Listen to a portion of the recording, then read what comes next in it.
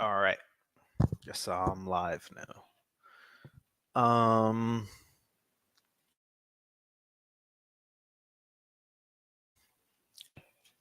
See if anybody can hear me here. If anybody cares too, but let's look over. All right, sounding very clear. Okay. Um, just a general review of last night. Let me see. Let's go to box rack here.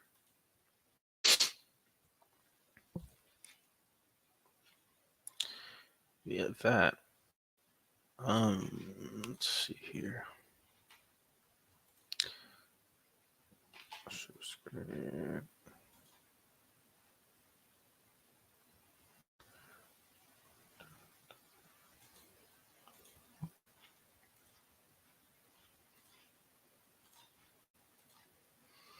It's kind of hard to see this, but I need to.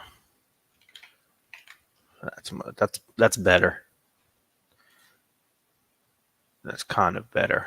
Let me do one more time. Yep. I can slide down. All right. So yeah, there was an event June 1st. I haven't done a boxing live in a while, I think. Late last year maybe it was my last one, or mid last year, almost a year ago. But yeah, we started off with the light heavyweight fight. Um Craig Richards was he was the favorite. He was more experienced. Watsy, Bivol, and then some other guys. British level. Shekan Peters. Who else? That's really the only other name of his that I remember. Yeah. Oh yeah, I do remember he did fight Frank Buglione. I think this guy lost to Fanji Meng, a guy from China who fought Pascal. I remember that. But that's what put him on, and then or he lost to him. Then yeah, he was very limited. You could see it in the bout. And what's going on, Bruce? Salute. He was very limited. You can see it in the bout, in his work. He was very straight up and down. He had he had this 1-2 that just looked super slow. He probably threw it with decent speed, maybe 4 times the entire fight, but yeah, Hutchinson did pretty well. Um, yeah, he's just much more awkward. He just had more tools. He was throwing hooks. He was throwing left crosses, straights, right hands. He was switching a lot, which probably made Richards think. But yeah, Richards looked very, very poor, pretty basic. So back to the event. The next fight was Ray Ford, Nick Ball. Close fight. Most people thought it was going to be a close fight. I thought it was going to be a close fight. I thought Ford would edge it, but they gave it to Ball. I have to watch it back, but while I was watching it, I didn't see a problem with them giving it to Ball because Ford gave them the reason to give it to Ball. You know, you can't start too late. You have to establish your game plan with somebody like that from the beginning. This guy has bags of energy. He'll never run out of energy. So I don't know if they prepared well for this fight or what happened, but it's very hard to prepare for. His main thing is, I mean, Frank Warren called him a dynamo. Yeah, that encapsulates him pretty well. The Vargas fight for him, I didn't think he won that fight. I know they moan about it, but he didn't. I didn't. You can't give away the first 7 rounds at all. You just can't do that and then drop him a couple of times and think you won the fight. No. But Ray Ford, they used it as a pretext to go to 30. That's cool. What he does at 130, he can beat some guys at 130. 130 is a very weak division right now. It's fairly weak. So it's basically open for everybody. I don't see any clear and away guy at 130. Unless maybe Navarrete comes back down. He could, I wouldn't say stand out, but he can kind of be a lead, but you know, I mean, Ray Ford did some good work, but I get it. I understand it's very difficult when somebody's just constantly throwing punches. Even though those aren't landing, people are gonna sway that way. He's just more active, so he got the fight. I don't think that's a bad decision. I think it felt like it could have gone either way, and it did. So Nick Ball could, let's see, 126 right now.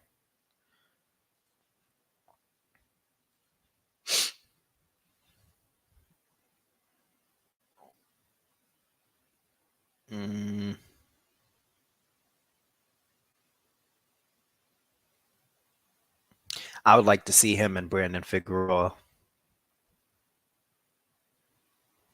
That would be a really good fight. Him and Espinoza. This guy's 24-0. Thought he had, swear he had a loss on his record. Villangelo Leo. There's good fights here for Nick Ball. He can get over on the top right side of the equation. That would be good. Sorry. But yeah, there's some good fights for him there.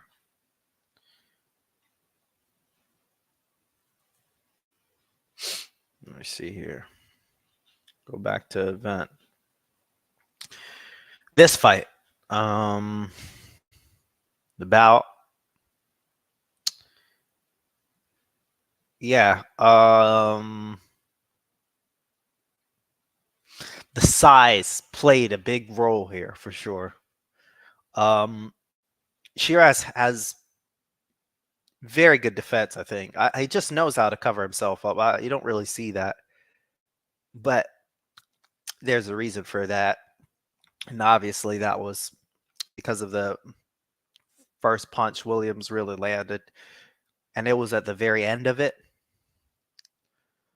And it definitely shook him. And he shook him a couple of times, or one other time after that, but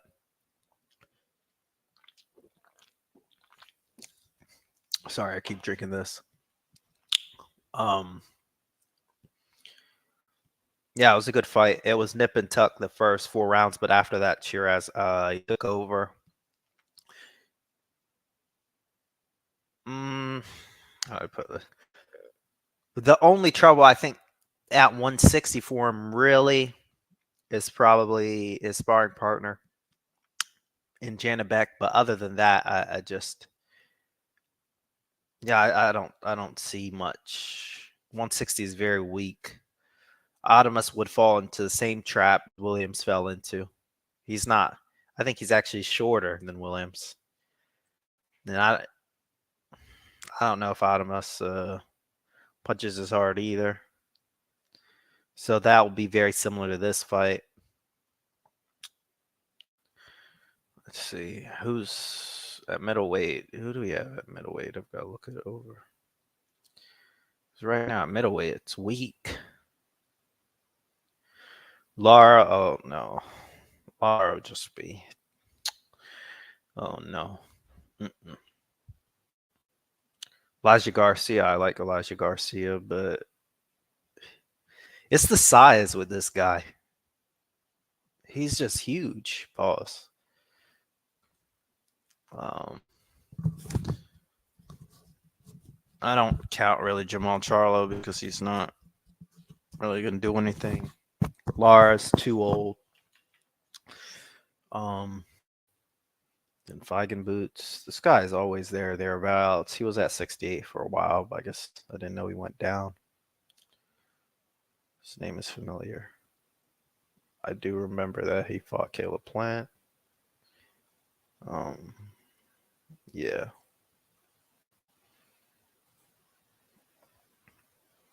Adamus and his team complain a lot. Nobody wants to fight him. He's a boogeyman, but he's fought two 54-pounders right now.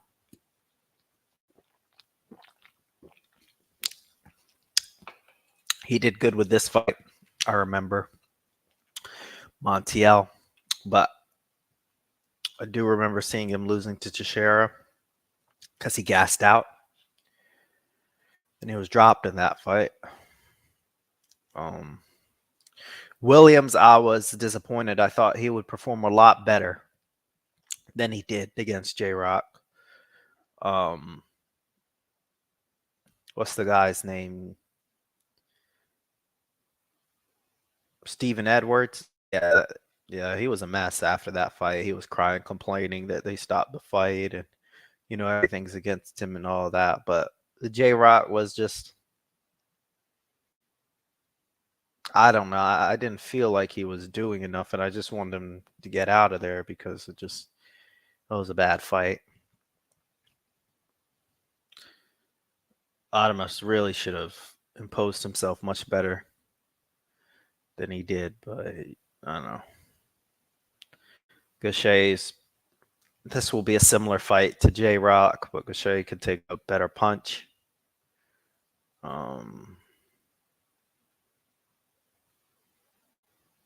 Yeah.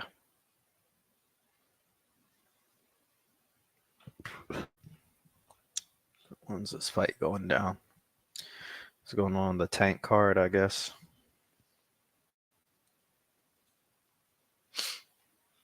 Let me see this here. This is shaping up for a good card. PBC's last card, I think, with Prime. This is a good card. I don't want to get off topic. Let's go back.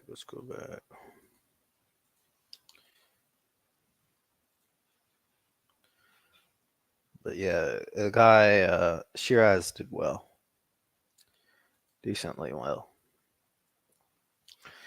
Williams was trying, but he just could not get from on the outside. Because the thing is, every time he tried to get on the inside, the guy would cover up like a shell. He tried to get through it, but he couldn't. And where's a good range for him really to sit for the guy to open up? Does he want to sit in the middle and get caught like he did actually in the 10th round with a right hook? Do you want to sit on the outside to get hit with jabs and long lead hands? He had a very tough puzzle to figure out, and he couldn't figure it out. A tough fight. Next one, Dubois and Hrgovic. I mean, I don't think Hrgovic really trained hard for the fight. He definitely underestimated Dubois. Dubois, however, did train really hard. He looked like he had a decent amount of energy at round 8. He was on his toes. He was moving well. He was fast. Hrgovic ran out of steam very early. You could see the better, crisper punches were definitely coming from Hrgovic when he would throw, but he was gassed out. And he was underprepared. And he lost. Dubois fights AJ, I guess, in September. It's a good fight for no, it's a good fight for Dubois. I think AJ will win comfortably. But Yeah. Bivol versus Zanad. Not much to say there. The guy, he was competitive, but when you have your chip in there, you got your hands down. Doesn't look for a good formula. And the main event, terrible.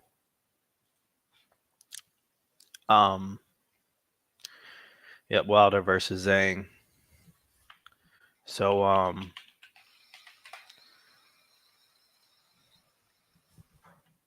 this is basically a case of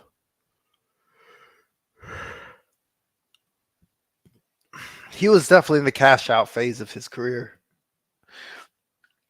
After the second Fury fight, they went and tried what's it called with Hellenius pay-per-view, and that was a disaster. I don't remember what he was promised, but I'd say at least 10 million guaranteed. You know, and he probably didn't get much out of the pay-per-view with that. He just didn't, because there was no money in the event. Then he went with Saudi, and they put together the Joseph Parker fight. Look at this. Yeah, he had terrible showing. He was outboxed. I mean, he didn't win a round on. He got 2 rounds on some cards, and then one guy, Steve Gray, didn't even give him a round. He was terrible. I see a lot of people who want to blame Malik Scott now. They're super, super, super late to the party. Super late to the party. Malik Scott, the clown and a bum. And they went on YouTube and they peddled that he was good for him and he's teaching him all these things. No. In this fight,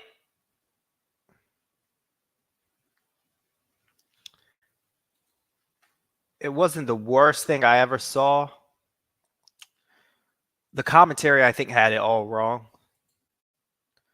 They kept saying he was gun shy. He was gun shy. Yeah, I would be gun shy too. If the moment I make a mistake or leave myself open, the guy will destroy me. I would definitely be very worried about that. So he was doing good. How do I put this? This honestly, if you think about it, I don't know how to put this. This was a better showing than his last fight, and I thought it was a better showing than his win versus Hellenius.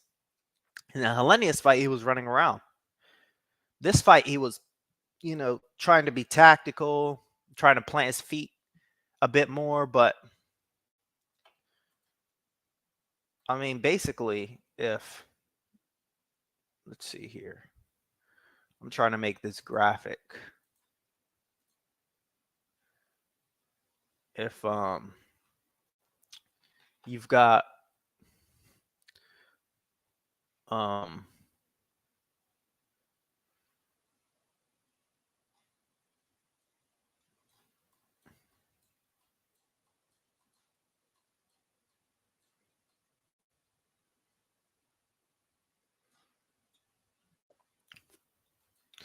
I'll work on the graphic later, but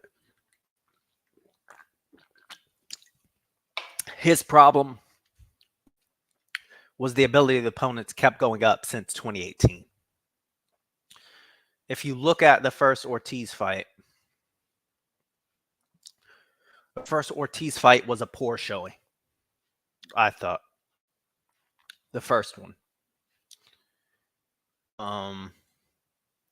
He was sloppy. He was befuddled. He was kind of all over the place. He got bailed out at the end, but if Ortiz hadn't been so old, Ortiz would have been a clear favorite in that fight. The second Ortiz fight, Ortiz was diminished slightly, but I thought Wilder did pretty well in the second Ortiz fight. Dominic Brazil fight was a good performance, but that was a gimme. Fury fight, kind of got away with it. One there. I thought I had Fury by a point, but it was a close fight. But yeah, he didn't perform very well either. So then you notice a theme, right? The opponents become harder, and his showings have become worse. Second Fury fight, of course, we know what happened there. Third Fury fight was really bad, and that was a Malik Scott trained Wilder that started this string of defeats here. The Helenius fight was terrible. He was sort of running around hoping not to get hit.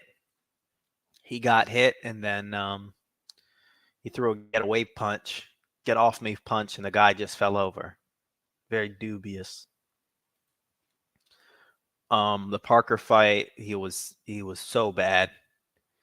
He was running around. He was like bouncing. He was like hitting people on the back of the head. He was putting people in headlocks. It's bad.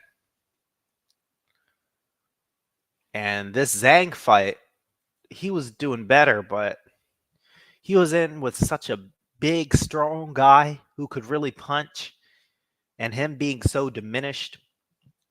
I told somebody this a couple years ago. I said that he doesn't have a ring presence anymore.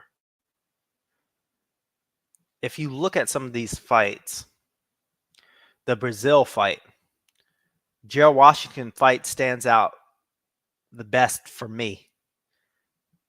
He was physically there, or he would take the center of the ring. He was right there, and JD's was trying to tell him to take the center of the ring.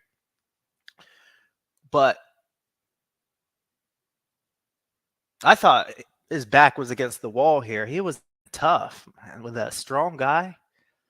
Where it's not gonna take. It could be one shot. He did wake Zhang up. He did hurt him with one of those, but that ended up being his downfall because he thought he could really finish business there, and he started to really go after, and then it was all over. And then they were complaining on ringside. They were like, "Oh, he wasn't watching." Well, you guys were saying he should open up. The reason he didn't open up was because something like that happening. Again, you could send Steven Torres and there's a black guy from the UFC. I forgot. They've got training with them sometimes.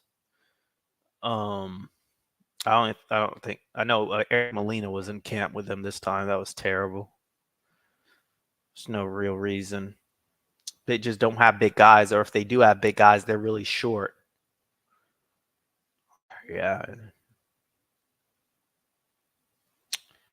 Yeah, that's the end of his career now.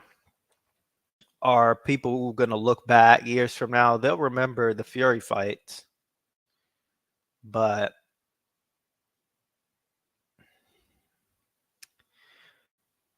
everybody says overachiever. That's good, but if you do say things like, speak it, believe it, receive it, and one face, one name, one champion, then you've got to look at doing the best, not looking in the rear view mirror and say, "Oh, look at how far I've come." Because when people look back on BoxRec, they will say very, very carefully matched.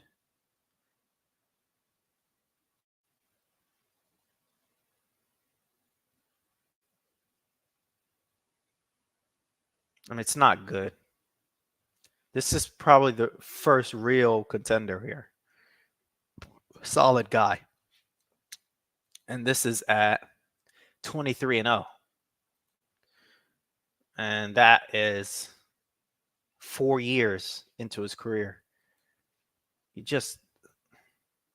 And especially with how the division was at the time, there was no reason not to take better fighters at all.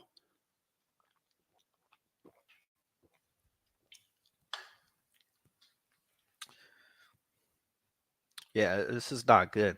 Kelvin Price, I think he was from the Roy Jones camp. I'm pretty sure that was okay.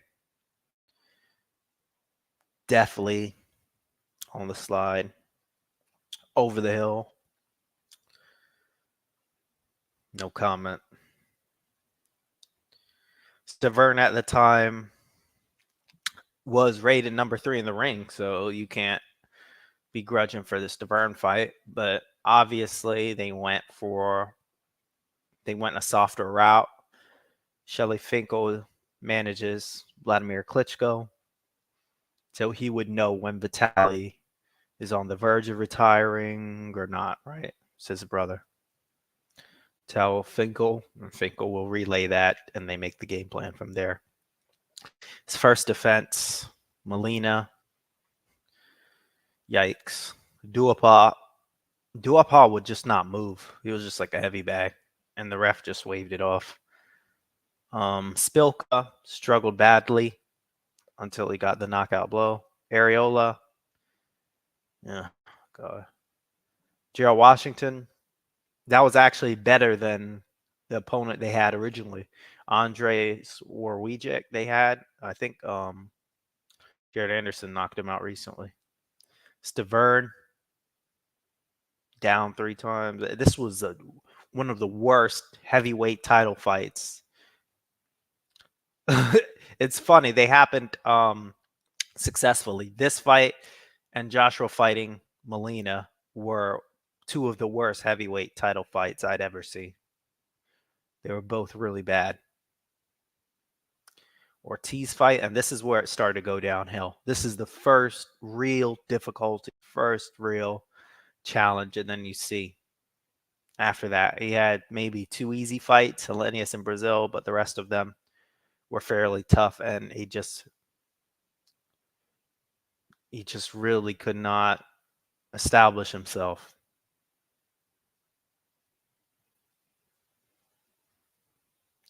So yeah, looking back, 10 title defenses. I mean, Marco Huck has 10 title defenses. Shinsuke Yamanaka has almost 13 or 15. Jorge Arce, I think, was another one.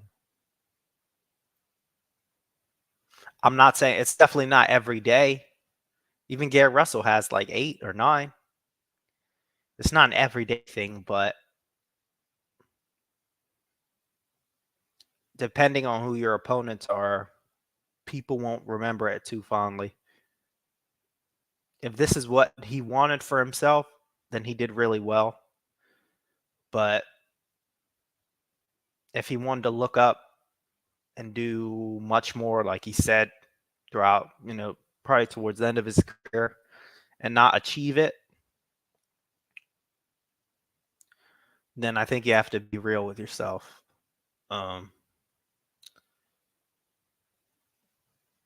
Yeah, and I think a lot of people are still in denial about this, but they've got to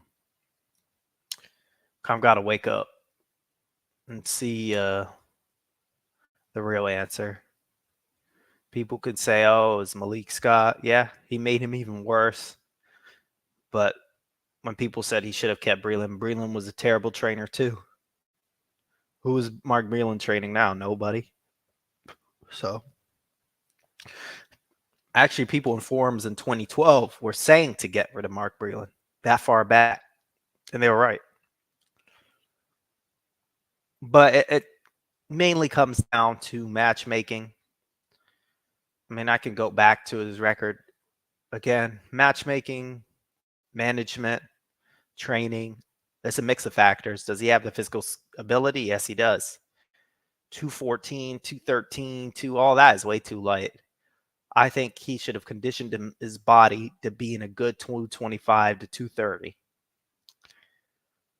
But all this around here, he could have been fighting Jennings, Mike Mallow, Mike Perez, even older people like Kirk Johnson, Seth Mitchell. They could have had like a battle of the undefeated. Um, a lot. There was a lot out there. Spilka, even early on, in and around this area. Um, there are a lot of guys early that he could have fought. What's another name I'm thinking of? Oh, Lanier Solis, Tony Thompson, even after his first loss. But no, they picked what they wanted to do, how they wanted to do it, and always cheap with sparring partners. They never brought in good work, really good work during his title reign, and they paid the price. So, looking back, that's about it for the 5v5. Matchroom did not look good, but I guess that's what happens. It is what it is. We'll see where some of these guys go from here. He's fighting Beterbiev on the 12th, so I think Bivol will win that. I mean, you don't recover from a meniscus injury that fast. Hutchinson has options open for him. Dubois, AJ, Shiraz. Honestly, they should get the Adamus fight in Saudi if they can again. But they're so closely guarded over there. Well, they got Ray Vargas, so they could get Adamus, but they have to pay a lot. And I think they don't mind paying a lot. Ford 130, he can fight like Joe Cordina or something like that, or Shitty Foster or whatever. And yeah, Wilder retires. So yeah, that's it. That's about it.